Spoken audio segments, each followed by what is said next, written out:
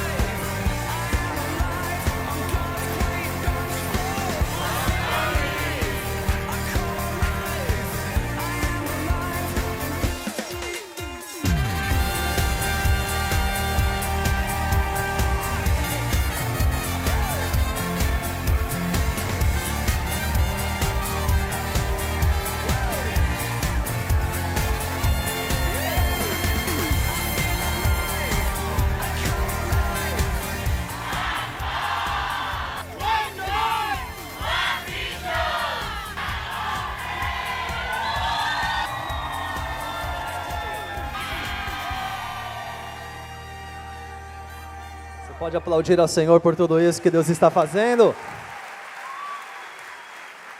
Essa One Conference, One God, One Church, One Mission. E a próxima vai ser em 2021, em Pretória, na África do Sul. E nós estamos trabalhando, queridos. E por que eu historiei como que uma coisa foi levando a outra. Tudo com base nos relacionamentos, de amor, de serviço. A gente gosta de estar junto. Viramos amigos. Você fica feliz por tudo isso? Esse é um trabalho onde Jesus está sendo exaltado, não tem estrelas, não tem pessoas mais importantes que as outras, nós amamos estar juntos e servirmos uns aos outros. Agora, sabe como que nasceu tudo isso? Através de uma ideia, por isso que eu perguntei se você tem uma ideia. Normalmente se esperam as melhores ideias de gente jovem, mas foi um senhor, de uns mais ou menos, Martinho, 60 e poucos anos, doutor Elias Dantas, que o Senhor usou. Eu queria aplaudir ao Senhor pela vida deste homem. Aplauda bem forte ao Senhor pela vida deste. Doutor Elias Dantas tem sido um homem inspirador, onde na verdade o grande dom que Deus tem a ele é acreditar nas pessoas. Então, ele nos inspira.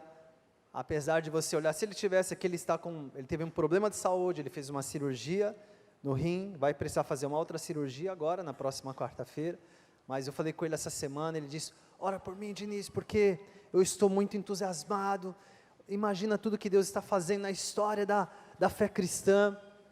Um homem que você poderia pensar que está se aposentando, ele está crendo, está super encorajado. Eu queria então, neste momento, orar por ele. E na nossa oração, a gente, embora nós oramos aqui no primeiro dia, o Martinho orou, mas orarmos uns pelos outros, porque às vezes a gente, depois de ouvir tanta coisa boa aqui, tanta riqueza espiritual, a gente não correu o risco de enterrar tudo, de sermos pegos pela nossa rotina do dia a dia, amanhã ser domingo, daqui a pouco segunda-feira, e a gente fazer mais do mesmo, esperando a próxima conferência. No nome de Jesus, isso não vai acontecer. Dê a mão para o pessoal do seu lado, neste momento, e ore pela One Conference, ore pelo encontro, pela mesa global que vai ter com líderes no mês de novembro. Eu sei que você não guardou todas as datas, não é isso o propósito, mas é você saber que existe algo acontecendo, que tem gente orando, que tem gente tendo ideias para que tudo isso aconteça, e que de alguma forma Deus possa nos unir ainda mais. Obrigado, Senhor, pelo Global Kingdom Network Partnership. Essa iniciativa que nasceu no teu coração, foi derramada no coração do pastor Elias Dantas, e isso caiu no nosso coração, e hoje o que está acontecendo aqui, é fruto desta ideia que o Senhor deu a ele. Nós honramos isso, e pedimos que o Senhor faça isso conosco também, dá-nos criatividade, ideias celestiais, que vão transformar a agenda das pessoas, e vão apontá-las para tudo aquilo que o Senhor tem para elas. Elas vão descobrir suas identidades e destinos em Cristo Jesus. Nós oramos mais uma vez que o Senhor recupere, renove as forças do doutor Elias. Obrigado pela vida dele, pelo instrumento de bênção que ele é na nossa vida, e que todos aqui, desde aquele que está bem familiarizado com o GKPN, até aquele que chegou hoje, que nem sabia o que é, possa se alegrar por fazer parte de um trabalho que visa a unidade, que visa apoio mútuo, que visa servirmos uns aos outros. Em nome de Jesus, amém. Vamos aplaudir mais uma vez bem forte ao Senhor. Está preparado para aquilo que você vai ouvir agora? Cadê o Theo? Theo, onde você está? Vamos receber aqui Theo Hayashi, que nessa noite vai inspirar o nosso coração. Eu lembro quando eu comecei a falar, Deus, eu quero me mover em curas. Me conecta. Eu falava, o meu sonho era viajar com Reinhard Bonnke, aquele alemão que viajava para a África e fazia as coisas de milagres. Eu falava, Deus, me conecta com Reinhard Bonnke. E você falou assim para mim, você não merece se conectar com Reinhard Bonnke, porque tem um skate park perto de onde você está e as pessoas estão se contundindo. Por que você não vai lá e ora pelos enfermos lá? Eu ficava lá sentado com 2 amigos meus, a gente ficava falando, os caras, cai. Os moleques lá no skate, eu tô aqui, cara, deixa eu orar com você, cara, o que está acontecendo? Sabe, às vezes a gente traz um preconceito. Quando que o meu ministério vai começar? Quando que vai começar o mover de Deus? O mover de Deus está aqui, na tua frente.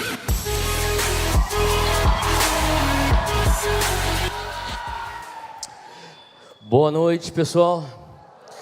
Vamos ficar de pé onde você estiver. Fica de pé. É uma honra eu poder estar aqui com vocês. GKPN, eu quero agradecer todo o pessoal aí da mesa diretiva.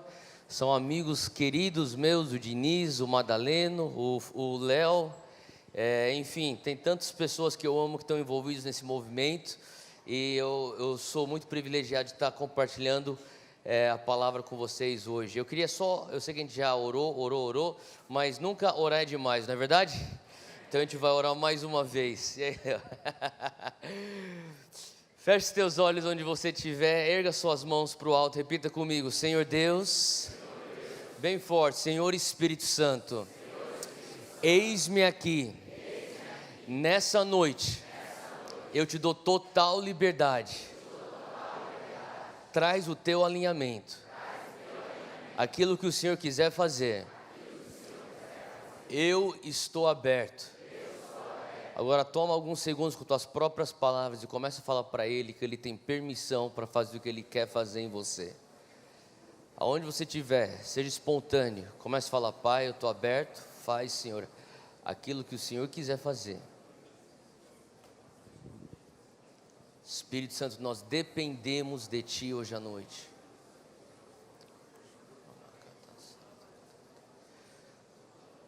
Fala: Espírito Santo, eu preciso da Tua ajuda hoje. Ao voltar para a minha igreja e estar liderando o que eu vou liderar, eu preciso da Tua ajuda.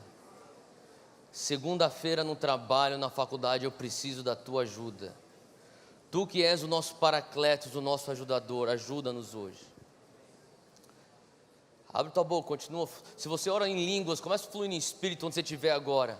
Abre tua boca, começa a fluir no Espírito. Se você não ora em línguas, ora o Pai Nosso, faz alguma coisa, mas não fica parado. Você não veio escutar uma palavra, a gente veio pressionar algo do céu sobre a nossa vida, amém?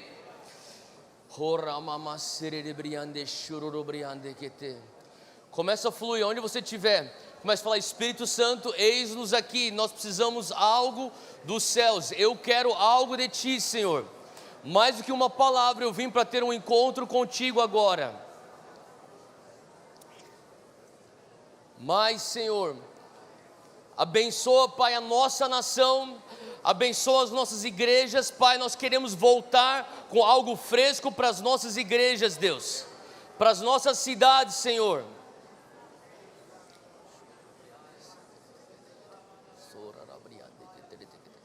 Põe tua mão no teu coração, repita comigo: Senhor, me ensina a Te amar, renova em mim o primeiro amor, para que eu venha amar o meu próximo como a mim mesmo. Nessa noite, toca a minha vida, renova minha mente, transforma o meu ser. Se você orou isso com fé, dá uma salva de palmas para Jesus onde você estiver. Glória a Deus, glória a Deus. Antes de você sentar, fala para quem está do teu lado: se prepara, Deus tem coisas novas para você.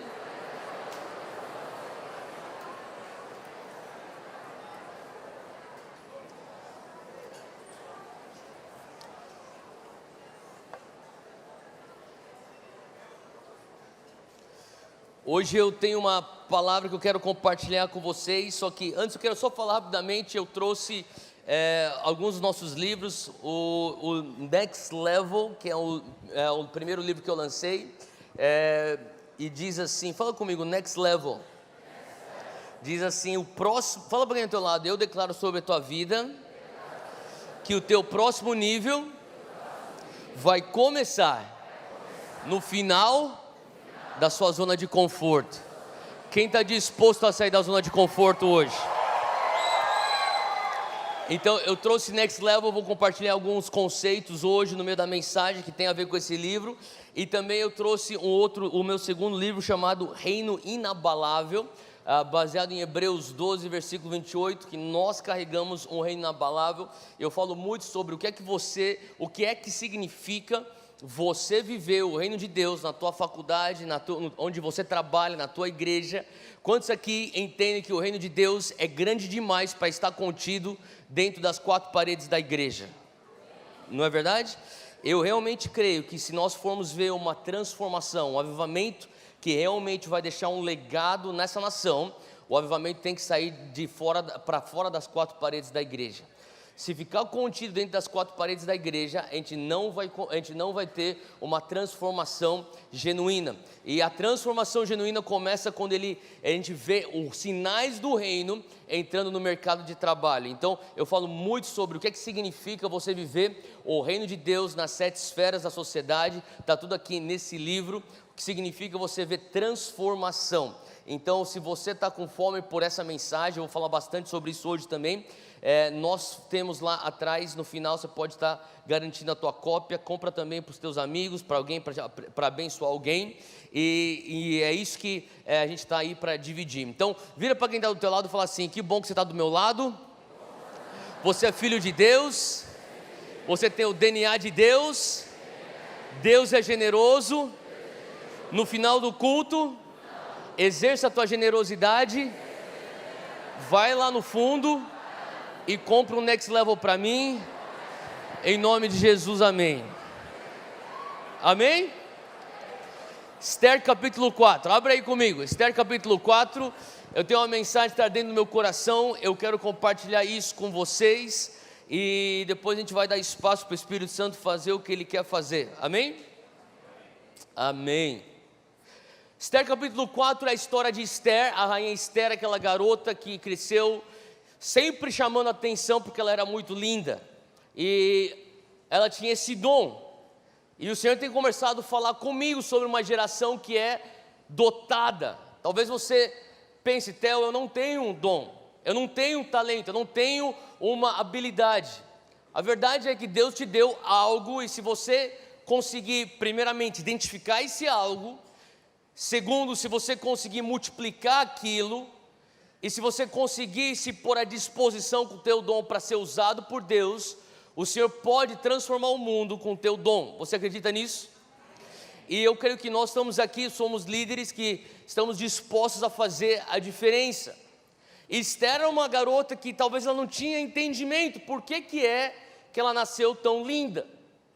E ela acaba então chegando numa posição de influência. Ela está num lugar de influência ela é a rainha agora, casada com o rei, e do lado do rei ela tem uma oportunidade para realmente fazer a diferença. Fala comigo, fazer a diferença. Quem aqui tem a convicção que você nasceu para fazer a diferença? Levanta a mão aqui, tá?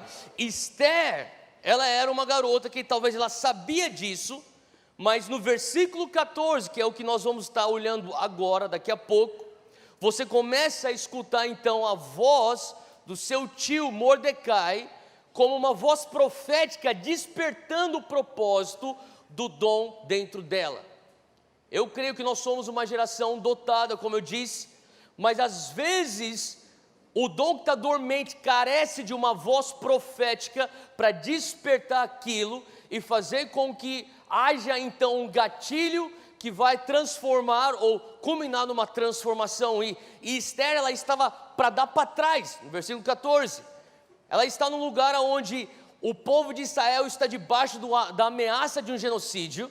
Mordecai, então, ele vem e marca uma conversa com ela, e em secreto, porque as pessoas não podem saber que ela é judia, que Mordecai está falando com ela, que ele conhece ela.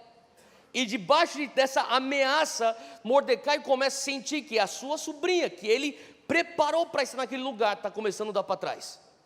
E diante disso ele diz no versículo 14: Esther, porque se de todo te calares neste tempo, socorro e livramento virá de outra parte para os judeus. Fala comigo, socorro e livramento. Eu queria que você entendesse uma coisa aqui. Essa palavra tem falado muito comigo. Sabe, eu entendo que o que Deus está querendo dizer para nós hoje é que Deus vai fazer no Brasil e nas nações o que Ele vai fazer com você ou sem você. Deixa eu falar de novo. Deus vai fazer o que Ele vai fazer no Brasil e nas nações com você ou sem você.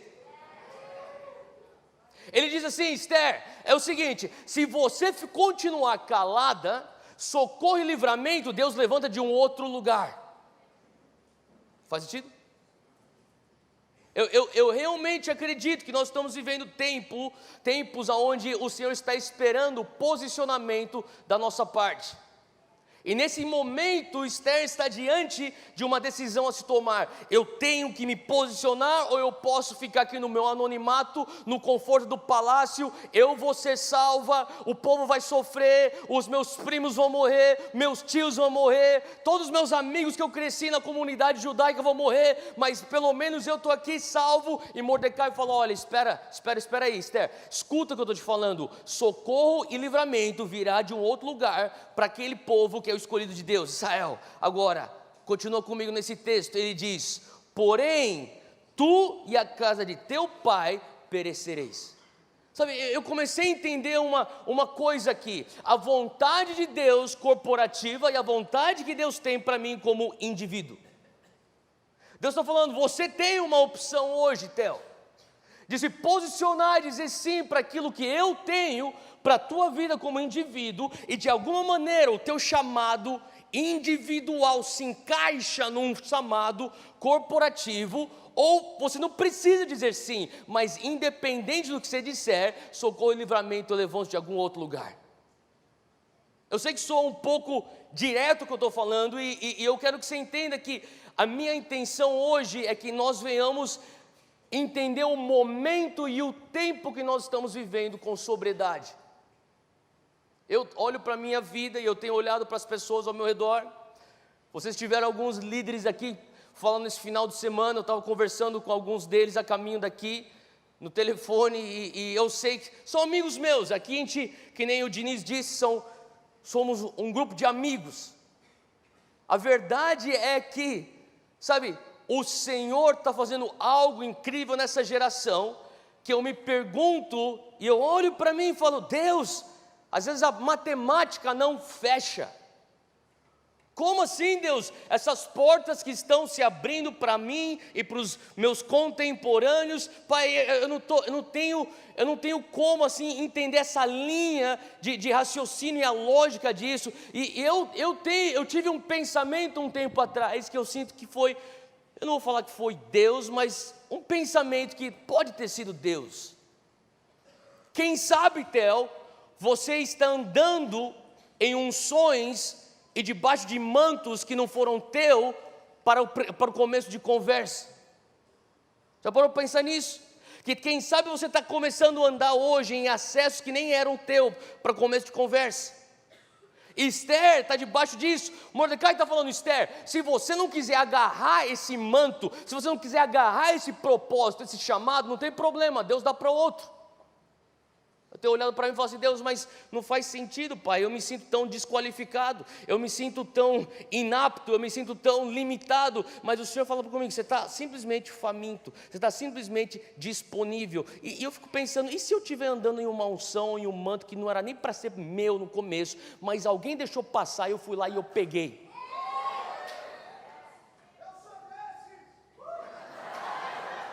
É o Israel.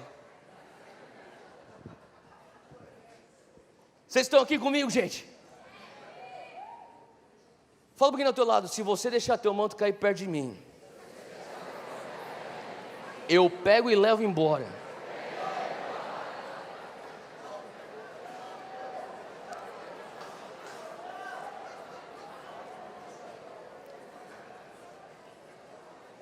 Mordecai termina a fala dele com um cutucar em Esther.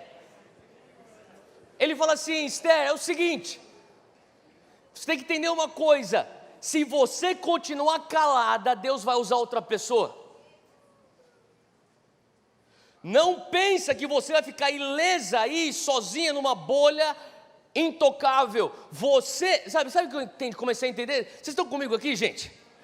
Me dá um pouco de feedback aqui, fala um amém, um aleluia, fala alguma coisa. Senão eu vou pedir para o Israel sentar aqui, vou ficar só eu e o Israel aqui. Gente, eu quero que você entenda uma coisa. O que Deus está querendo fazer é uma coisa que Ele vai fazer com a gente ou sem a gente. E a gente tem que entender que é um privilégio participar disso. Sabe, o momento que você muda a tua comunicação de eu tenho a oportunidade para eu tenho o dever, alguma coisa está errada. Eu quero continuar cumprindo a grande comissão com o sentimento que eu tenho o dom e o prazer e a oportunidade. Nunca é simplesmente um fardo de obrigação. Faz sentido o que eu estou falando? E é isso que ele está falando, Esther. Mas quem sabe, e ele cutuca Esther e deixa a pergunta lá, que vai ficar atormentando ela naquela noite. Quem sabe, Esther, versículo 14, você não nasceu para um tempo como este. Aonde que ele está cutucando? Naquele lugar, daquela alma humana que quer fazer a diferença. Eu lembro há um ano atrás, nem um ano atrás, uns 7, 8 meses atrás, eu estava com a Júnia, minha esposa, e a gente estava indo para o aeroporto, a gente estava atrasado, a gente pegou um trânsito, a gente estava em Los Angeles, na Califórnia, para embarcar de volta para o Brasil, a gente pegou um trânsito, a gente perdeu o voo. A gente perdeu o voo, estava chateado, depois de 1 hora eu consegui superar a minha decepção, e daí eu falei, bom, qual que é o próximo voo? Só amanhã. Então a gente ficou um dia inteiro lá, e falou, vamos descansar então, vamos pegar esse dia para ter nosso tempo junto. E a gente saiu, e ela falou assim, eu quero ir para um lugar bem diferente. A gente foi para um lugar lá em Los Angeles, chamado Venice Beach. Alguém já ouviu falar de Venice Beach? É onde tem todos os bandos de louco andando para lá e para cá. E eu estou lá em Venice Beach, e a gente está, na verdade, chegando perto do momento do dia seguinte, que a gente tinha que voltar para o aeroporto, para ver se a gente não perdia de novo o voo. Então eu estou um pouco noiado, porque eu não quero perder esse voo, pela segunda vez consecutiva. E a gente está atrasado, e de repente, a gente está andando rápido, para chegar no carro, para ir para o aeroporto, e pula, do nada, uma garota com iPad na mão. Ela põe na minha frente e fala assim, oi, tudo bem? Você tem 2 minutinhos para salvar algumas crianças na África? Hã? Você tem 2 minutinhos para escutar o que eu tenho para falar? Você pode salvar crianças na África. Falei, você vai falar o quê? Não tenho 2 minutos para salvar crianças na África? Lógico, mesmo você atrasado pelo aeroporto, você fala, tudo bem, vai, fala para mim, o que é 2 minutos, vai. E ela começa a falar, ela começa a falar sobre uma ONG que ela está trabalhando, que ela está representando. Ela fala sobre esses poços que eles estão cavando, águas que eles estão purificando, e quantas pessoas são mortas por conta de água que não é filtrada. E ela começa a dar estatística, daí eu parei, calma aí. Falei assim, deixa eu falar uma coisa, você conhece tal ONG? Eu citei o nome de uma ONG. Ela falou assim, conheço. Bom, eu já apoio aquela ONG, eles fazem o mesmo trabalho que vocês. Ela falou assim, é verdade, na verdade essa ONG é a referência para nós. Falei, que bom. Então deixa eu só falar uma coisa, eu já dou dinheiro para eles, eu não vou dar dinheiro para a tua ONG, mas por favor, termina o que você tem para falar, porque eu tenho algumas perguntas para você depois. Então ela continuou falando mais talvez 1 minuto. Ela parou, ela falou assim, falei, legal o teu pitch, muito bom, agora eu quero fazer algumas perguntas para você. Eu já te falei que eu não vou te dar dinheiro. Tá bom, então o que você quer saber? Falou assim, quantos anos você tem? 26 anos de idade. Qual é o teu nome? Falou o nome dela. Você é de onde? Sou nascido e criado aqui. O que você faz na tua vida? Hoje eu só estudo. Você é cristã? Não. Qual é o teu background religioso? Algum católico, protestante? Nada de cristianismo? Não, nada. Meus pais são agnósticos. E você? Eu sou agnóstica. Então deixa eu te perguntar, por que você faz o que você está fazendo aqui? Você ganha para fazer isso? Você não, é um trabalho voluntário. Então por que você faz o que você está fazendo hoje, aqui? Ela ficou me olhando. Eu perguntei, você se sente culpada por você ter nascido na Califórnia e crescido aqui com tanto privilégio? Não. Certeza? Será que não é culpa que te motiva você estar aqui nessa rua com o iPad na mão tentando tirar dinheiro de mim? Ela ficou me olhando. Não é culpa, é um senso de responsabilidade. Falei, me explica mais então. Eu acho que eu nasci num lugar que tem privilégios, e eu estou num momento, num tempo com tecnologia, e o mínimo que eu posso fazer é ser responsável na minha posição, porque no fundo eu quero fazer a diferença. Eu olhei para uma menina agnóstica falando daquele jeito, eu falei assim, Deus, essa coisa de querer fazer a diferença, deixa eu falar uma coisa, você não precisa nem do Espírito Santo para ter isso. Deus já te fez como ser humano com esse instinto de querer fazer a diferença. Mordecai capitaliza em cima disso. Ele chega e fala assim, Esther, quem sabe você não nasceu para um tempo, fala comigo, tempo como esse. Vira para quem do teu lado e fala assim, é tempo de fazermos a diferença. Abre aí comigo em 1 Crônicas, capítulo 12. 1 Crônicas, capítulo 12, existe aqui uma lista dos guerreiros de Davi. Davi, um líder militar, todos nós conhecemos, Davi era um homem de sangue, e daí em 1 Crônicas, capítulo 12, ele vai pela lista dos seus guerreiros, e quando ele chega no versículo 32, ele diz sobre os filhos de Issacar, são os da tribo de Issacar. Ele fala assim: os da tribo de Issacar, esses guerreiros, 200 chefes com seus parentes, e todos eles, eu estou lendo aqui da versão NVT, entendiam bem, fala comigo, entendimento, os acontecimentos daquele tempo, e sabiam qual era o melhor caminho para Israel seguir. Eu quero que você entenda uma coisa, aqui ele descreve os filhos de Issacar como aqueles que têm entendimento dos tempos. Fala comigo, discernimento. Você tem que discernir aquilo que Deus está fazendo hoje no Brasil e nas nações. E ele fala assim: olha, porque eles entendiam bem os tempos, eles sabiam qual era o melhor caminho para Israel seguir. Fala comigo, plano de ação. Deixa eu falar uma coisa, o teu melhor plano de ação tem a sua raiz no discernimento dos tempos. Você pode ter a melhor estratégia do mundo, você pode ter a visão mais incrível do mundo, mas se ela não tiver de alguma maneira conectada com o entendimento dos tempos. Deus, o que o Senhor está fazendo agora em 2020 no Brasil? Eu sei que está em 2019, mas já estou pensando na frente. 2020 no Brasil. O que o Senhor tem para a próxima década, de 2020 a 2029? E todo líder que está aqui tem que estar pensando em década. O que o Senhor está falando para a nossa nação? Não adianta você ter um plano de ação que funcionou em 2010. Deixa eu te falar uma coisa, você tem que discernir os tempos. Para 2010 aquela estratégia dava certo, para 2020 talvez não dê. Eu lembro quando eu me mudei de volta ao Brasil, há uns 10 anos atrás, uma das primeiras coisas que eu fiz foi começar a viajar com um homem chamado Randy Clark. Randy Clark é um evangelista que Deus usa com sinais e maravilhas, é um homem de avivamento, e o que eu mais gostava de viajar com Randy, não eram necessariamente as reuniões, elas eram poderosíssimas, a gente via tanta cura, cego vendo, aleijado andando, a gente via surdo ouvindo, a gente via tudo isso, de uma maneira palpável, constante. Se você não acredita que Deus opera os milagres nos dias de hoje, é só você aparecer num desses cultos, vai zoar a tua teologia, mas enfim, eu estava lá com o Randy, e a coisa que eu mais apreciava dele eram as minhas conversas de bastidor.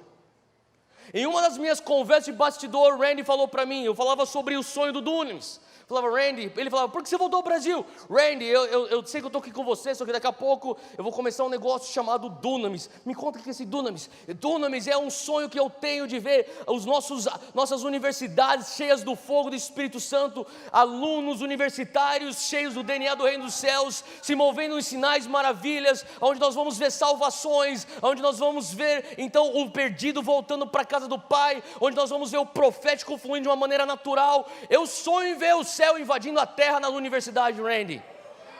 Ele falou assim, que legal que você sonha isso vai acontecer, mas deixa eu te falar uma coisa, uma estatística de história de igreja. Falei, fala Randy. Assim, eu estudei todos os avivamentos, e Randy, as pessoas pensam que ele é só um evangelista, mas ele é um teólogo, ele é um cabeçudo, e ele falou assim, olha, deixa eu falar a porcentagem, ele falou assim, 99% dos moveres de Deus que aconteceram na história da igreja, a oposição do mover atual, 99% das vezes, eram os líderes do mover anterior. 99% das vezes, os líderes do mover anterior se tornam a oposição do mover atual. Por isso que eu estou falando para você, o que Deus está fazendo em 2020 não tem nada a ver com o que Ele fez em 2010. Eu lembro quando eu comecei, o Dunamis vinha uns tiozão, falava para mim, mas esse fogo, na nossa época, lá na época das comunidades, lá na época da década de 80, na década de 90, legal. Eu estou pensando, por que você não está continuando pegando fogo por Jesus? Eu jurava para mim mesmo, continuo jurando, eu nunca vou ser um tiozão, que vai falar para a nova molecada, na minha época eu tinha fogo que nem você, hoje eu sou mais sábio. A tua sabedoria é o disfarce da tua covardia. Não chame sabedoria a tua omissão, a falta de um viver radical pelo Evangelho. Mordecai cutuca Esther e diz assim: quem sabe não foi para um tempo, fala comigo, tempo, que você não está no trono. Issacar era aquela tribo que gerava filhos, que tinham os olhos de discernimento para lerem os tempos. O que Deus está fazendo hoje na nação? Não é à toa que nós temos o presidente que nós temos, você concordando com ele ou não. Eu não estou aqui para falar de política, mas eu vou falar para você de fatos. Os fatos são que a probabilidade daquele homem estar lá em Brasília era praticamente zero. Então você, no mínimo, mesmo sendo contra o governo dele, deve perguntar a Deus por que ele está lá. Pergunte a Deus, já que você crê em Deus e Ele é soberano, por que o Senhor permite esse homem, com tantas coisas contra ele, estar onde ele está hoje? Será que tem a ver com o que Deus está fazendo na igreja? Eu te digo sim, tem a ver. Será que o que está acontecendo na economia do Brasil tem a ver com o que Deus está fazendo na igreja? Tem a ver com aquilo que Ele vai fazer na igreja. Se você for ver, analisar a história da igreja, você vê que aquilo que acontece no cenário socioeconômico tem a ver e afeta diretamente aquilo que acontece dentro da igreja. E quando a gente começa a olhar e falar, Deus, o que o Senhor está fazendo nesse tempo na nação? Eu falo que nunca antes, e eu tenho conversado com pessoas muito mais velhas do que eu, tenho buscado conselhos com pastores que estão no ministério há 40 anos e mais do que 40 anos, e eles falam, Theo, nunca antes na história da nossa nação nós temos tantos céus abertos, uma juventude tão incendiada pelo Evangelho, pessoas que estão buscando o mover do Espírito Santo. Nunca antes nós tivemos o crescimento de igreja que nós estamos experimentando, e a pergunta que nós temos que fazer é por quê? Por que você hoje está no Brasil como um crente, um cristão, experimentando esse embalo? Talvez você pense, Theo, mas que embalo? Deixa eu te falar, isso aqui não é normal, gente. O que está acontecendo aqui no Rio de Janeiro, em São Paulo, no Sul, no Norte, Nordeste, em todos os 4 cantos do Brasil, não é normal.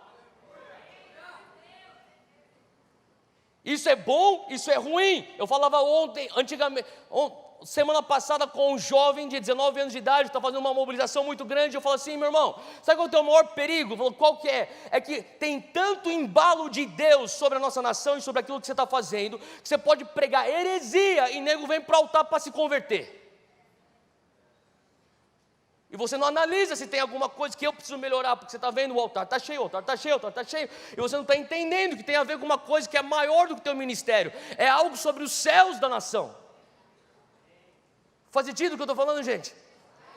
E o que eu creio é que Deus está querendo falar sobre, sabe, esse tempo que nós estamos vivendo como nação, é o discernimento disso.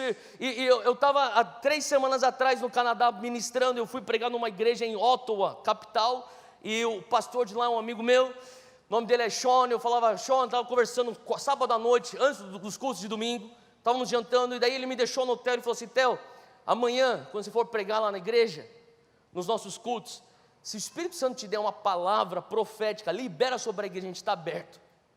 Falei, amém, eu quero escutar de Deus, se eu tiver, eu entrego.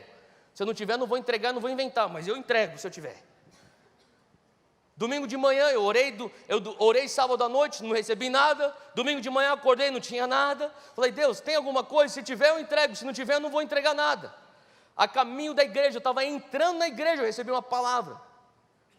A palavra era totalmente não ortodoxa, não convencional. Eu guardei no meu coração e durante o louvor inteiro eu estou pensando, cara, que viagem. Alguém já recebeu de Deus alguma coisa assim? Você está tipo, mano, que viagem, é coisa da minha cabeça. Alguém já passou por isso? Me veio uma imagem do pôster de um filme chamado Chasing Mavericks. Alguém já ouviu falar desse filme? Chasing Mavericks, alguém já ouviu falar desse filme? Tá. É um filme de um ator chamado Gerald Butler. Alguém conhece esse ator? Tá? E esse cara é um surfista nesse filme, e ele está ensinando esse jovem surfista a pegar onda, e ele está falando sobre ondas que são tipo os big wave riders, tá ligado? Aquelas ondas que são tipo prédios de 6 metros de altura, de 6 andares de altura, que assim, não são as ondas que a gente assiste, tipo Felipe Toledo, Gabriel Medina pegar, é um outro tipo de surf isso aqui. Isso aqui é o tipo de surf que os caras preparam a vida inteira para pegar uma onda, e aquela uma onda, se o cara não entrar certo na onda, mata a pessoa. Faz sentido o que eu estou falando? Olha só, essa foto que eu quero mostrar para você é lá da praia de Mavericks. Você está vendo esse tamanho dessa onda? Se a gente puser, isso, obrigado. Olha o tamanho dessa onda. Essa foto foi tirada lá em Mavericks, na costa da Califórnia, perto de São Francisco. Eu não conheço esse surfista, eu não sei nem o nome desse surfista, mas uma coisa eu posso te garantir, que esse surfista está morrendo de medo.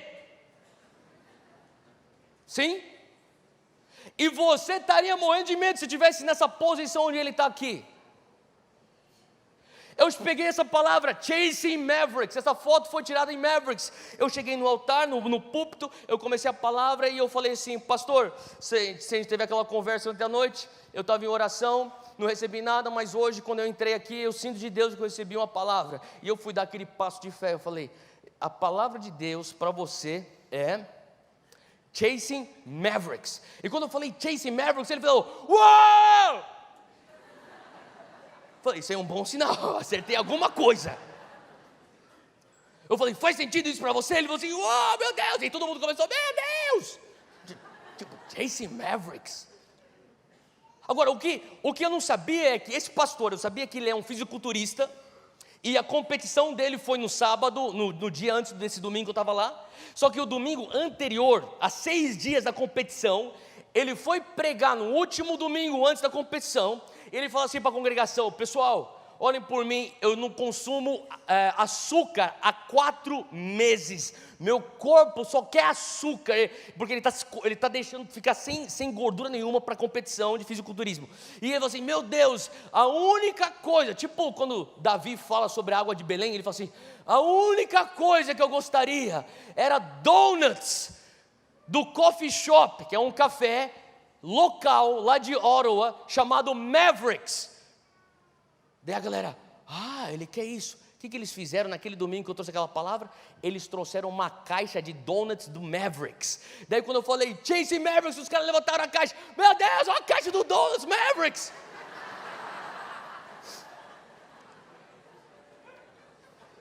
Daí eu falei, Deus, mas o que isso tem a ver? Eu sei que não foi sobre donuts que o Senhor me deu essa palavra. E Deus começou a falar, avisa ele que está chegando uma onda do tamanho de Mavericks para essa igreja.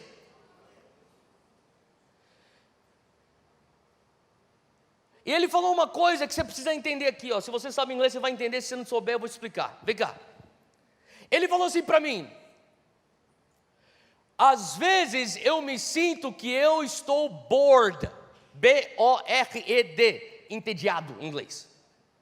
E o Senhor falou para mim, fala para ele não está bored, ele está sentado no seu surfboard. Deixa eu falar uma coisa, alguns de vocês estão passando por uma coisa que parece que é um tédio, mas na verdade você está só esperando a onda do Espírito Santo.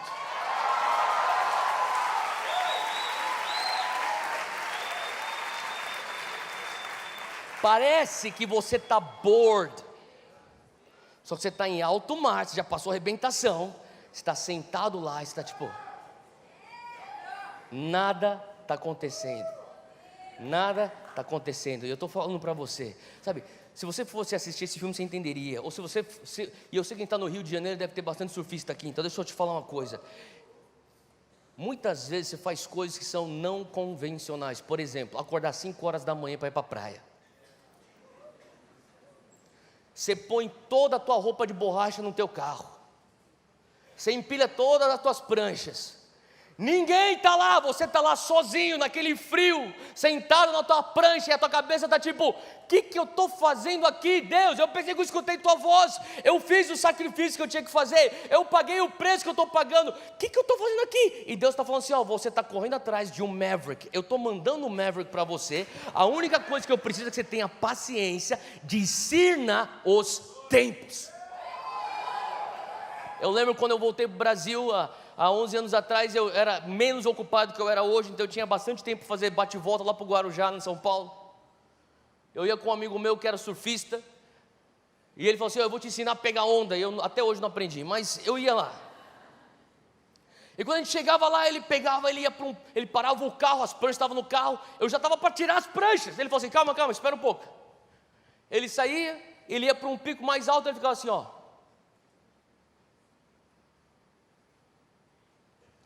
entra no carro, a gente vai para lá que tem uma direitinha para lá. Falei, meu irmão, eu só quero entrar na água, cara. Eu acordei às 5 horas da manhã, deixa eu entrar na água. Sabe, eu creio que Deus está levantando uma geração que tem esse discernimento para ler os tempos, para entender o que Deus está fazendo. Deixa eu falar uma coisa, Deus está fazendo alguma coisa na nação, você precisa ter os olhos para enxergar, porque senão você não vai saber como você tem que agir. Israel está nessa situação. Eu estava falando sobre esse meu amigo Sean, eu dei essa palavra para ele, mas há um tempo atrás, na verdade 5 semanas atrás, a gente começou a abrir. Eu vou voltar um pouquinho essa história, vamos lá. Abril de 2018, um amigo meu chamado Andy Bird, que é um dos líderes da Jocum, ele vem para o Brasil, vem para São Paulo, ele fala, Theo, vou almoçar. Ele foi dar uma aula numa escola de missões, a gente foi junto, a gente sentou numa mesa, numa churrascaria, onde o céu encontra a terra, e a gente estava lá, e de repente ele começou a abrir o coração dele, começou a falar assim, eu estou dando desencorajado, eu estou sem fé. Eu falei, o que está acontecendo, Andy? Eu falei, cara, tem uma coisa tão incrível que eu pensei que ia acontecer, mas parece que não vai acontecer. Ele estava falando sobre o The Call do Lou Engle, vocês conhecem o The Call? Tá. Que estava transicionando para The Send. E o Lou Engle passou para mim esse negócio chamado The Call, falou que é para ser The Send, só que daí as coisas que eram para acontecer não estão acontecendo legalmente, enfim, uma série de questões financeiras e legais estavam emperradas. Eu senti o Espírito Santo falar para mim, só estende sua mão e ora por ele. Eu falei, Deus, mas a gente está no meio da churrascaria. E o Senhor falou assim, não, ora por ele. Eu peguei e falei, Andy, dá aqui tua mão, eu vou orar por você. Eu peguei a mão dele, comecei a orar, eu falei, Deus, tudo aquilo que tiver emperrado, desemperra, desbloqueia, faz um caminho onde não tem caminho. E eu como um amigo, eu estou querendo só ajudar ele, como um amigo, ele está sem fé, eu estou orando e de repente a glória de Deus começa a descer sobre aquela churrascaria. Quem já viu a glória de Deus descer num lugar totalmente inusitado, sabe o que eu estou falando? E de repente começou, de repente a gente está lá tipo, na churrascaria, mano, muito louco. Daí eu passou um pensamento assim, tipo, mano, os caras vão pensar que você é muito louco. Eu falei, meu, já estão pensando, então deixa eu pensar mais. Continuei lá orando pelo meu amigo. Todo mundo na mesa, tinha uns 3 outros 4 líderes do Dunas, todo mundo chorando, a glória de Deus naquele lugar. Eu abro o olho, tinha um garçom com um espeto assim na mão. O garçom não sabia nem que estava se metendo, só sentiu que tinha que chorar. Era a glória de Deus, coitado, nem sabia. Cara, a glória de Deus invadiu aquela churrascaria. Eu falei, em nome de Jesus, amém. Quando eu falei amém, deu 30 segundos, o telefone dele tocou. Ele falou, cara, é o advogado. Ele atendeu o telefone e falou, me dá um segundinho. Em questão de 3 horas, a gente ficou lá muito tempo comendo. Em 3 horas ele recebeu 5 telefonemas. Em 5 telefonemas ele ia para o estacionamento, voltava. Para o estacionamento, voltava. Em 5 telefonemas, tudo que estava desbloqueado tinha destravado. Totalmente destravado. Ele bota, na hora de pagar a conta, ele olha para mim e fala assim, Theo, é você. Eu falei, o que sou eu, cara? Você tem que entrar nesse negócio. Eu falei, não, você está maluco, velho. Eu estou cuidando de uma igreja, eu estou cuidando de um negócio chamado Dunamis, eu tenho 2 filhos pequenos, uma família, você está louco, cara. A última coisa que eu quero é isso, porque eu também sabia que eu tinha que botar dinheiro nesse negócio. Então eu falei, eu não quero esse negócio não, cara. Eu estou aqui só para te encorajar. Eu falei, não, você pode dizer sim para aquilo que Deus já está dizendo sim? Eu falei, Deus, sim, eu não sabia nem o que era. Eu falei, sim.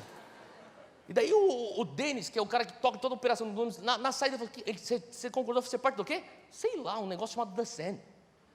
Era nesse naipe que eu estava, em abril de 2018. Enfim, fui descobrindo o que era esse negócio até fevereiro de 2019. Quando a gente chega lá em Orlando, não sei, alguém estava aqui lá em Orlando? A galera tá. Quando a gente chega lá em Orlando, em fevereiro de 2019, aquele estádio lotado de 60 mil jovens, clamando por um derramar de Deus, nessa mobilização para o cumprimento da grande comissão. Cara, era tanta, eu pisei o pé no palco e comecei a ver camisa da seleção. Falei, caraca, eu estou no Brasil ou estou na Flórida, cara? Daí eu descobri que é a mesma coisa. Daí, enfim... Daí eu tô lá e tipo, era tanta, quem esteve lá sabe o que eu estou falando, era tanta a presença de Deus naquele estádio, os céus rasgados, especialmente no momento onde os brasileiros estavam liderando a adoração, era tanta presença de Deus. Eu lembro que no dia seguinte a gente se reuniu para discutir o que é próximo, a liderança do Deceno, o que é, e agora, e depois disso? E daí tem algumas pessoas que estão falando assim, tal lugar. Todo mundo tinha uma opinião. E de repente o Lou Engle chega e ele fala assim: nós todos podemos concordar que ontem não seria ontem se não fossem os brasileiros no estádio.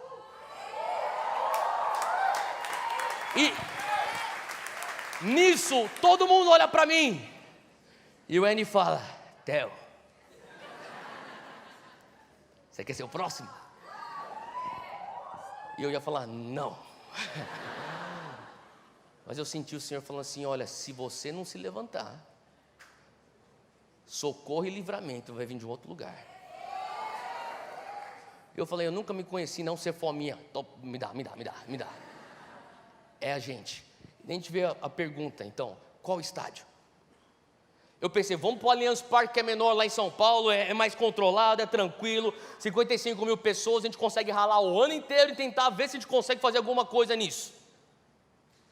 E eu estava conversando com o Andy no telefone, e ele estava perguntando para mim, ele me ligou: Theo, e aí, conseguiu fechar o estádio? Eu falei: cara, a gente está tentando entrar em contato com o pessoal lá da diretoria, não está conseguindo ter retorno, mas cara, ele falou assim: cara, e aquele outro estádio grande lá que você tem perto da tua casa? Ah, o Morumbi? Não, aquilo lá é grande demais, vamos para o Allianz Parque. Falei: mas você não orou a respeito daquilo lá? Não, mas o Allianz Parque é mais tranquilo, tem 55 mil assentos, vai dar certinho, é o tamanho ideal. Eu estou falando, ele falou assim: mas você orou a respeito disso? Eu falei assim: não, mas eu acho que é o Allianz Parque.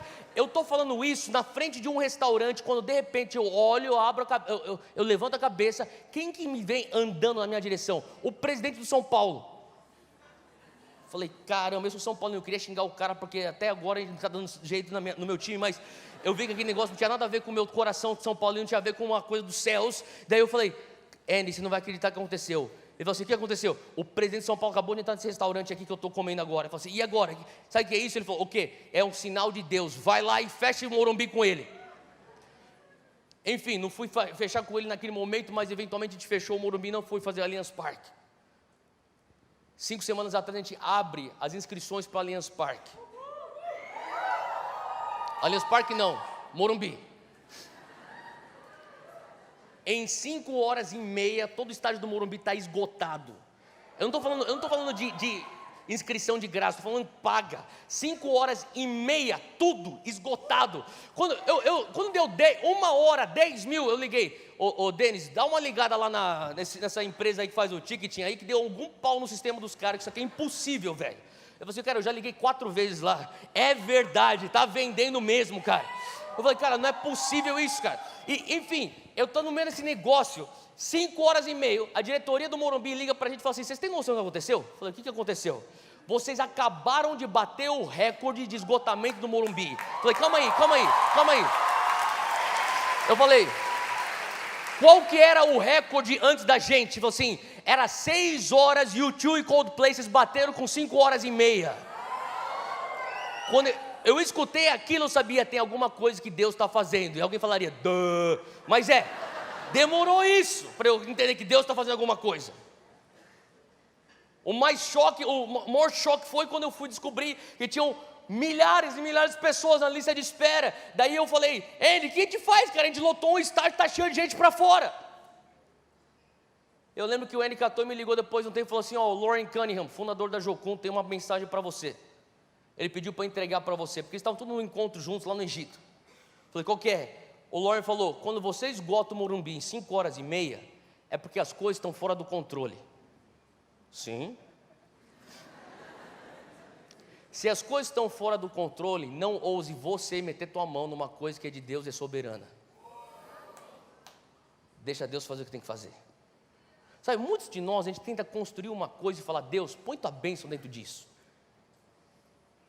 Quando Deus na verdade está falando: reconheça onde eu estou agindo e construa a tua estrutura ao redor daquilo. Falei: Deus, o que seria nós construirmos uma estrutura ao redor disso? A gente sentiu: cara, por que não vai para o segundo estádio? A gente foi para o nosso segundo estádio aí no Allianz Parque. Alguns de vocês estão a par do que está acontecendo.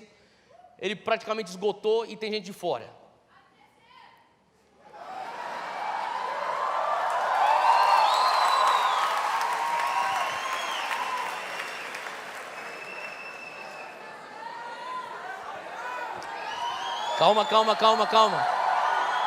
Calma.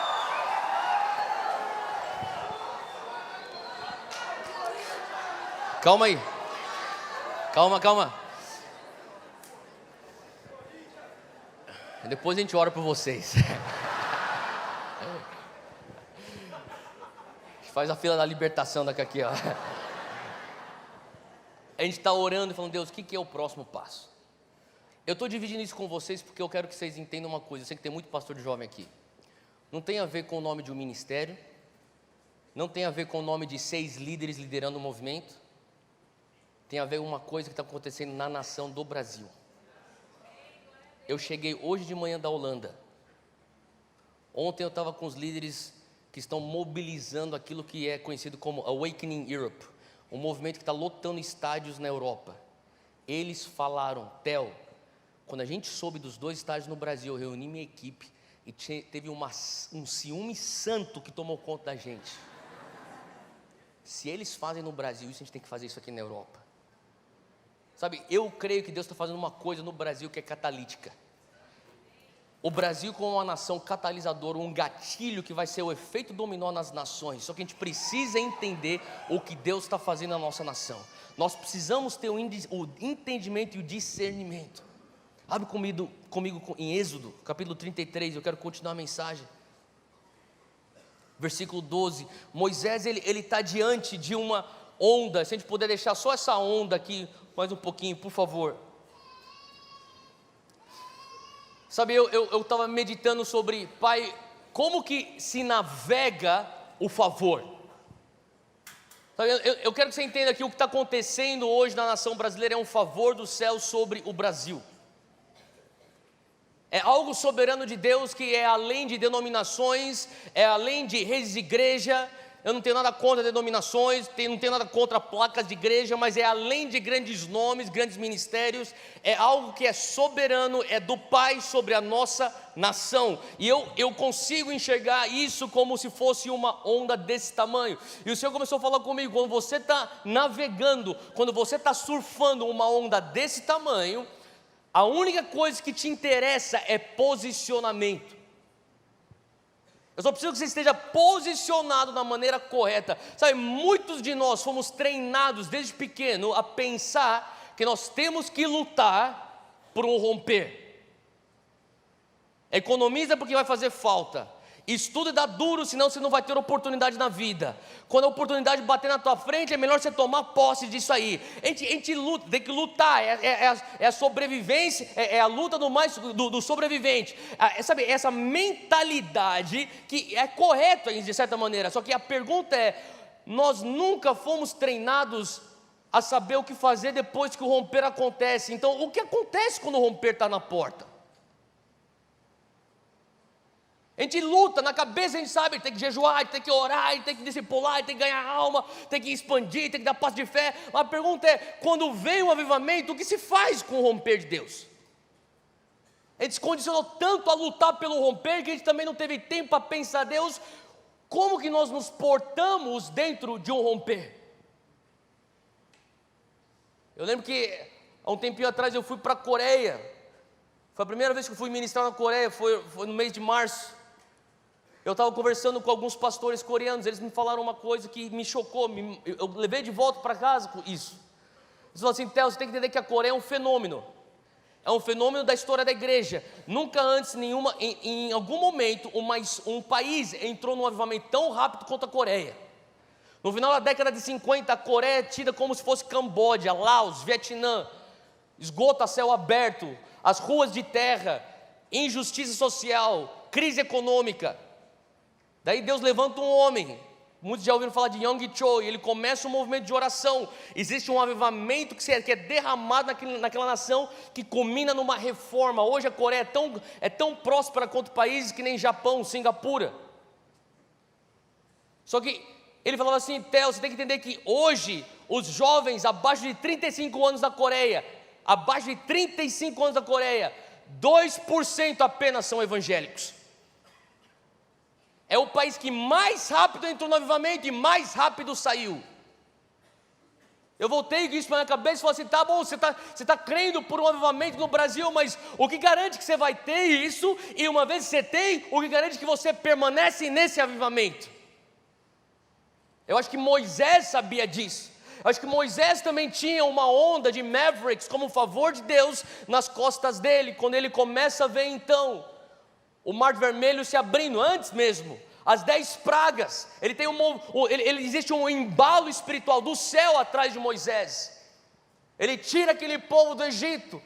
Primeiro milagre grande, significante, o partir do Mar Vermelho. Depois você tem o pilar, a coluna de fogo à noite, a coluna de nuvem durante o dia, café da manhã que cai do céu, água que sai da rocha. O povo de Israel começou a experimentar os embalos do sobrenatural e de Deus. E daí diante disso, quando ele está prestes a entrar na terra prometida, no versículo 12 de Êxodo 33, Moisés diz: eis que tu me dizes, faze subir a este povo, porém não me fazes saber a quem has de enviar comigo. E o Senhor diz: conheço-te por teu nome, também achaste graça aos meus olhos. Fala comigo, graça. Moisés fala assim: Deus, o Senhor fala que eu tenho graça. Quando eu olho para essa onda, eu sou lembrado de graça. Quando eu vejo o que Deus está fazendo em todos os cantos do nosso Brasil, eu vejo graça.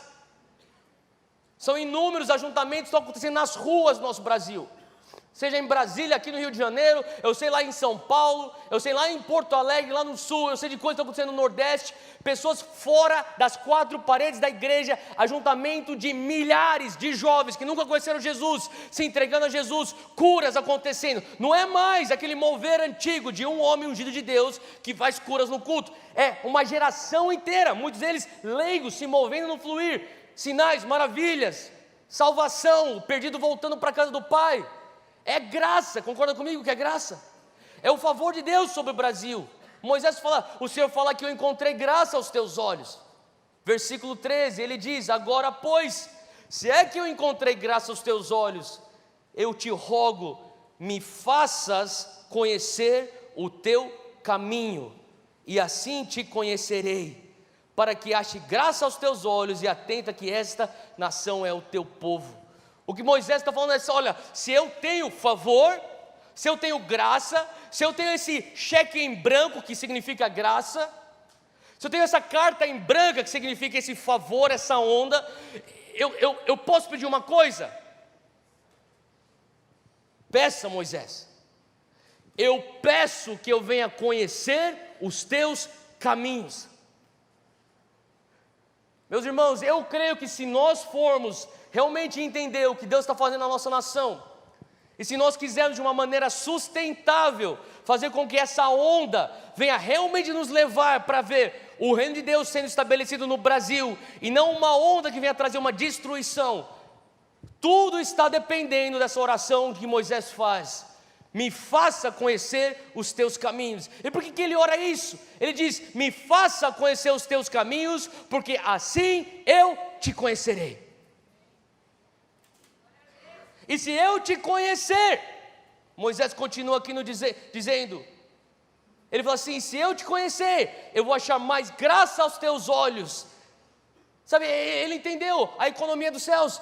Aquele que tem um compromisso para conhecer a Deus, sempre vai ter o favor de Deus. Deixa eu falar, nós temos um favor de Deus. O que nós vamos fazer com essa carta em branca? Será que nós vamos usar essa carta em branca para conhecer os atos de Deus ou os caminhos de Deus? Sabe, Israel conhecia os atos de Deus. Se eu perguntar aqui, quantos aqui já viram Deus curar? Levanta a mão. Quantos aqui já viram Deus libertar? Levanta a mão. Quantos aqui já viram Deus salvar? Levanta a mão. Deixa eu falar uma coisa: Deus curou, Deus salvou, Deus libertou, Deus proveu. O que faz você? Uma pessoa que sabe aquilo que Deus é capaz de fazer, mas não necessariamente uma pessoa que conhece Deus. Moisés fala: Pai, eu sei o que o Senhor pode fazer. O povo de Israel também sabe o que o Senhor pode fazer. Nós estamos aqui anos no deserto vendo o que o Senhor pode fazer, mas se o Senhor quiser fazer eu subir para dentro daquele lugar, para a nossa Canaã, para a nossa terra prometida, não me faça subir daqui se eu não conhecer os teus caminhos, para eu te conhecer, porque o que adianta eu chegar na minha terra prometida e sem conhecer os teus caminhos não conseguir mantê-la comigo? Moisés fala: olha, é nítida a diferença, o povo sabe o que você faz, eu quero conhecer teus caminhos para conhecer quem tu és. Abre comigo para Salmo 103. Salmo 103, versículo 7. Davi fala uma coisa que é bem claro, ele fala assim: o Senhor Deus, versículo 7, ele fala, fez notórios, fala comigo, conhecidos. Ele fala assim: Deus fez conhecidos os seus caminhos a Moisés. O que Deus fez ser conhecido a Moisés? Fala comigo, seus caminhos. Mas olha só, ele faz a diferenciação de uma maneira tão clara. E Deus fez notórios os seus feitos aos filhos de Israel. Eu amo o sobrenatural, eu amo os milagres, as curas, os sinais, os prodígios. Mas deixa eu falar uma coisa: se nós não graduarmos como igreja, de não só buscarmos os sinais, para buscarmos os seus caminhos, o avivamento que nós estamos buscando, ele não é sustentável. O avivamento só se torna sustentável quando você e eu, com 100% de sinceridade, com 100% de transparência perante Deus, podemos orar. Possamos orar: Deus, eu não quero a tua provisão. Deus, eu não quero a tua proteção, se vier às custas da tua presença. Deus, eu não quero a tua bênção, se a tua bênção me custa o abençoador. Deus, eu não quero entrar na terra prometida, se uma vez que eu entrar na terra prometida eu descubro que o Senhor nem está lá dentro. Eu não quero isso.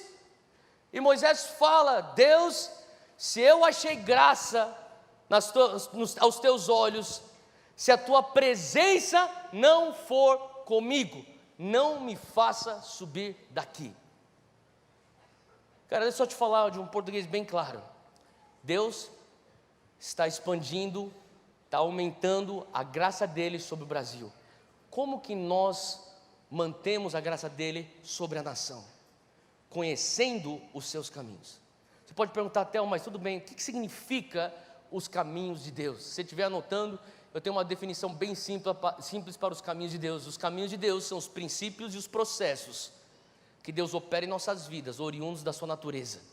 O que significa que o que Deus está fazendo na tua vida é customizado para você, não tem nada a ver com o que Ele está fazendo com a pessoa do teu lado. Então para de se comparar.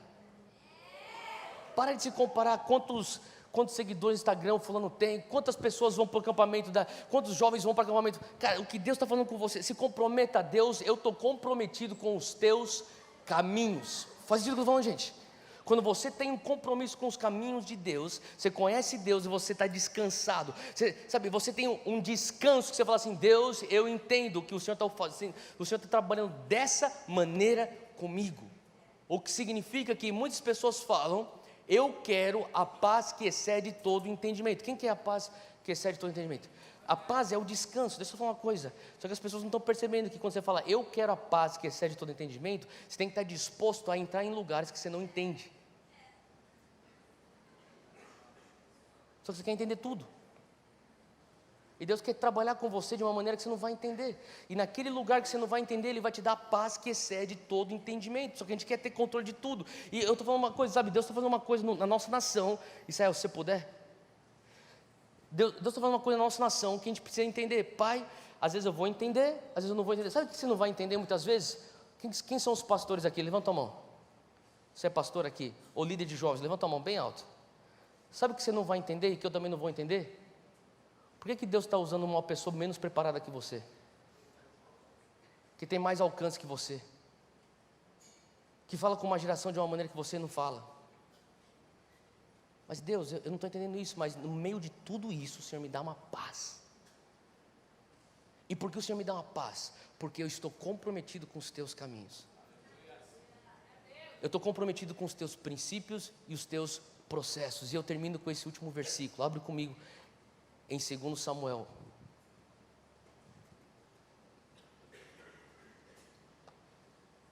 Moisés tinha um apreço pela presença.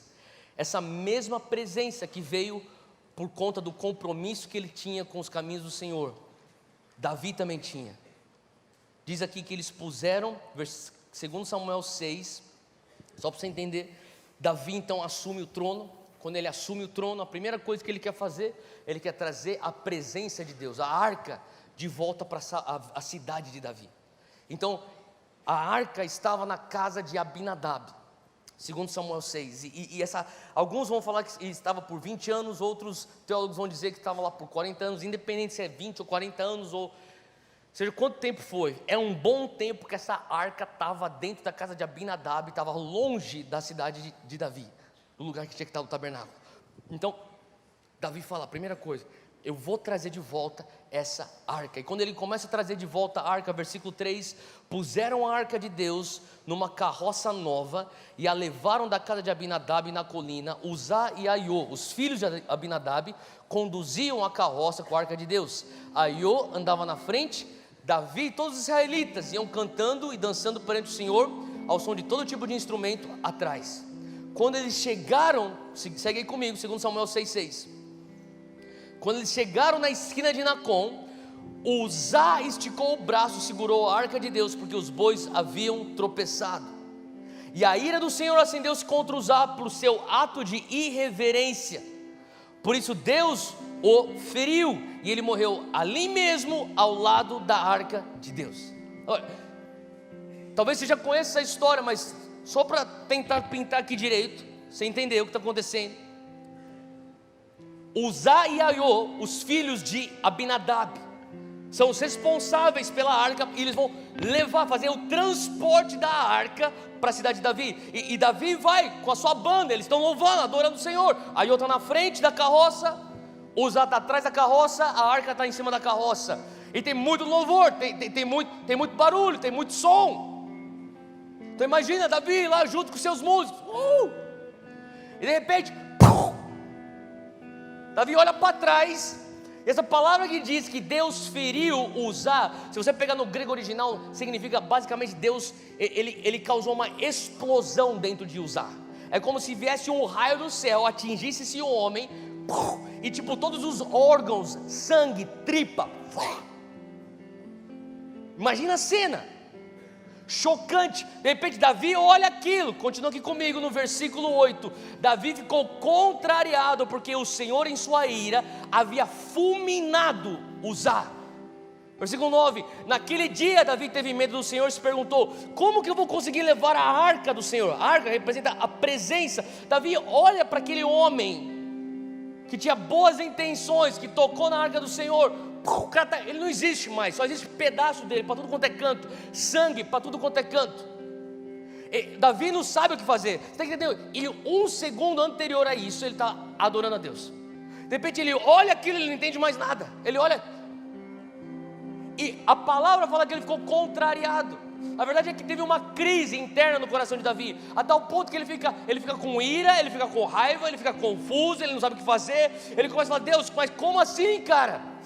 Coitado desse homem, ele não sabe o que fazer com isso. Versículo 10 diz assim que, por isso ele desistiu, Davi desiste de levar a presença do Senhor para a cidade de Davi. Em vez disso, ele leva para a casa de Obed-edom de Gate. Ele estaciona a arca, ele não sabe o que fazer. Ele fala assim, eu não tenho nem mais teologia para entender o que está acontecendo. Eu quero que você entenda uma coisa, você levar a arca da casa de Abinadab para dentro da cidade de Davi é uma onda de favor, é a graça de Deus. No meio da graça de Deus, Davi tem uma crise. Moisés está falando assim, nós estamos prestes a entrar na terra prometida. Antes de nós entrarmos com todo esse favor, com essa onda de favor que nós estamos experimentando, Pai, não me faça subir daqui se tua presença não vem comigo. Pai, eu quero que o Senhor entenda, eu estou comprometido com os teus caminhos. Você fala, nós temos que como igreja olhar além das obras, dos atos de Deus. Davi olha para o ato, ele olha, eu não estou entendendo esse ato de Deus. Deixa eu falar uma coisa, se você não consegue enxergar os caminhos de Deus, ou um dia os atos de Deus, talvez até agora está indo bem, mas em algum momento os atos de Deus vão fazer com que o teu coração fique contrariado. Deus, não estou entendendo, porque o Senhor curou meu tio, mas o Senhor não cura minha tia.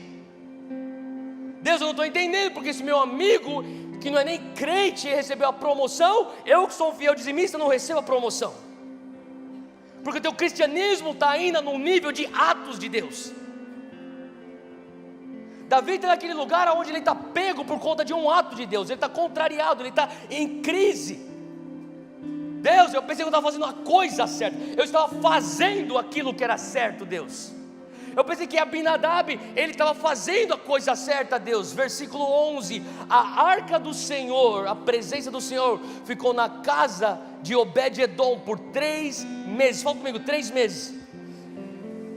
E o Senhor o abençoou e a toda a sua família. E eles disseram ao rei Davi: o Senhor tem abençoado a família de Obed-edom e tudo que ele possui por causa da arca de Deus. Então Davi, com grande festa, fala comigo, grande alegria, ele foi à casa de Obed-edom e ordenou que levassem a arca de Deus para a cidade de Davi. Escuta isso. Eu sei que o tempo já passou, mas só segura aqui rapidinho.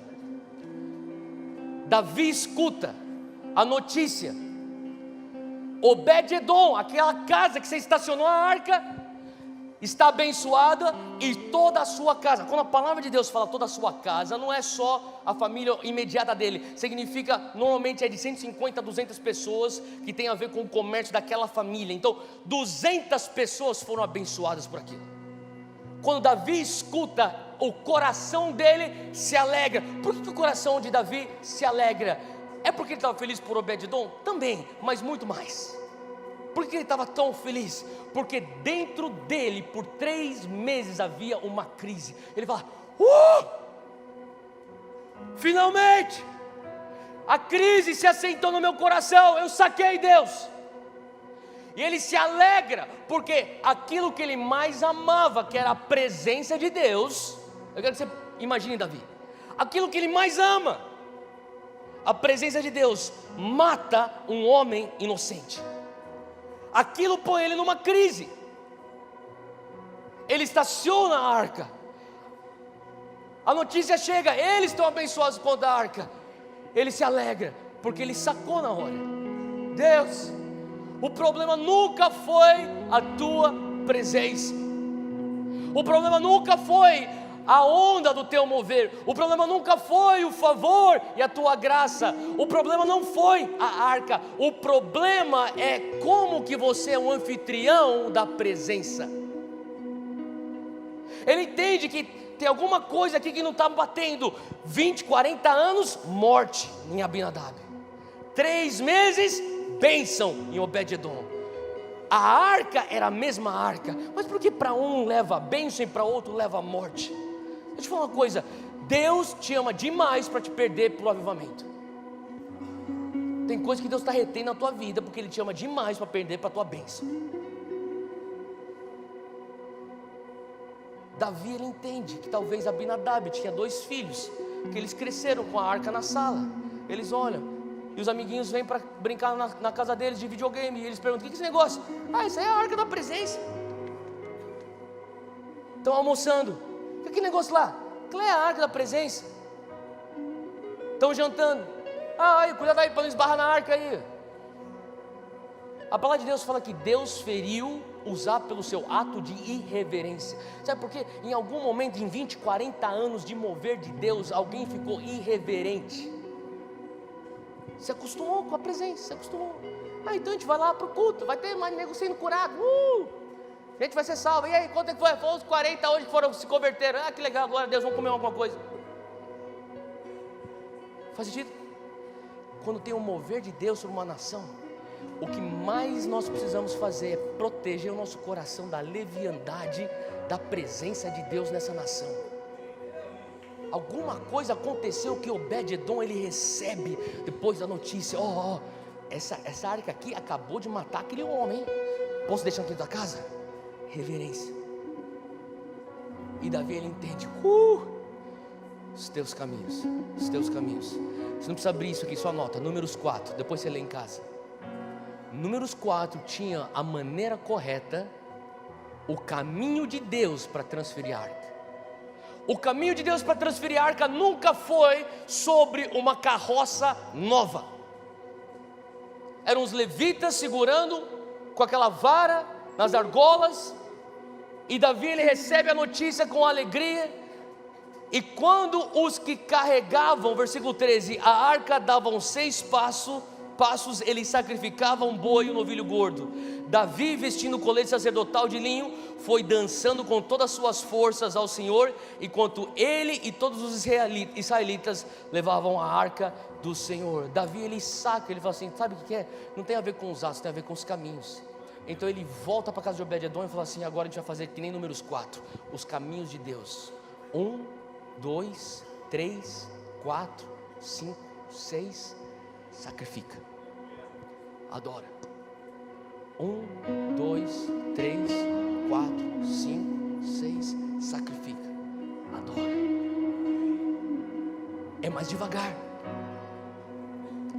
Ah, vamos pôr numa carroça, é mais rápido, é mais legal, é novinha a carroça. Mas não é o caminho de Deus. O que é o caminho de Deus? É tudo aquilo que protege a presença de Deus. Sabe, eu falo isso com sobriedade no meu coração. O que Deus está fazendo no Brasil hoje é lindo, é incrível. Mas se a gente não conseguir olhar além dos atos, para se comprometer aos caminhos, em algum momento a gente percebe que existe irreverência no nosso coração. E a maneira que Deus está nos levando, às vezes ele retém algo, porque algumas pessoas estão com pressa demais. Eu estou com pressa, tenho que chegar lá, sabe? Deus está falando assim, olha, o que adianta você sair correndo para entrar na tua terra prometida, se chegar lá e eu não estou lá? Eles vão devagar, 6 passos, sacrifício, mas é a maneira que eles garantem a presença indo com eles. Na tua igreja, faz o que? Glória a Deus pelos métodos novos, mas eu falo uma coisa, não abra mão da presença. Na tua igreja, no teu grupo de jovens, seja o que for que você está fazendo, você pode ter os bons métodos, só que não está no método, está na presença o segredo. Deixa eu falar, as pessoas perguntam para mim, Theo, como é que você consegue fazer aquele negócio do Dunamis? No final das contas, a gente tenta fazer o melhor que tudo, só que se a presença de Deus não aparece no ajuntamento do Dunamis, é a coisa mais trágica. Que tragédia é essa? Se aprontar, você fazer um planejamento, você fazer todo o LED certinho, a banda ensaiada, o vídeo promo maneiro, e a presença nunca aparece. Hoje eu creio que o Senhor está querendo trazer um compromisso com os caminhos de Deus, que nos leva a proteger a presença. Que essa onda de avivamento que Deus está trazendo sobre o Brasil, que não venha causar destruição, mas que venha levar transformação. E a única maneira fazendo isso é quando protegemos os caminhos do Senhor. Fica de pé onde você está, eu quero orar com você.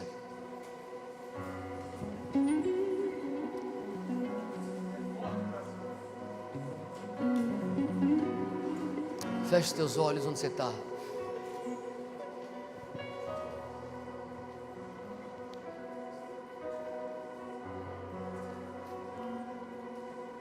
Feche os teus olhos na presença do Senhor agora. Só foca nele agora.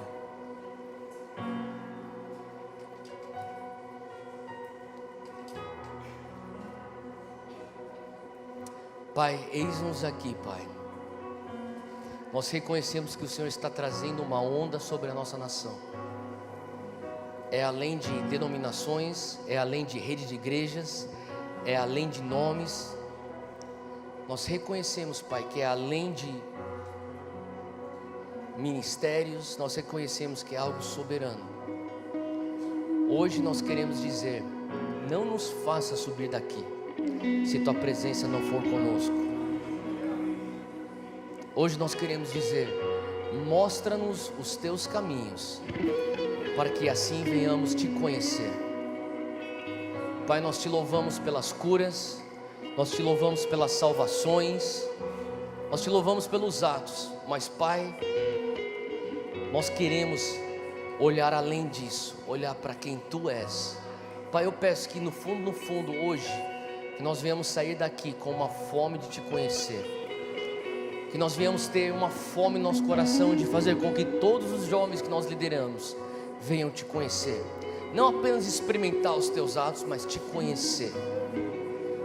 Pai, que nós venhamos ser de alguma maneira como Obed-edom, protegendo, Pai, a Tua presença.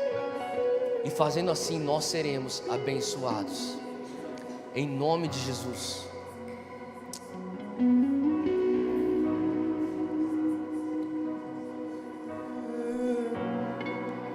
Quando o céu beijar a terra, pararemos de amar.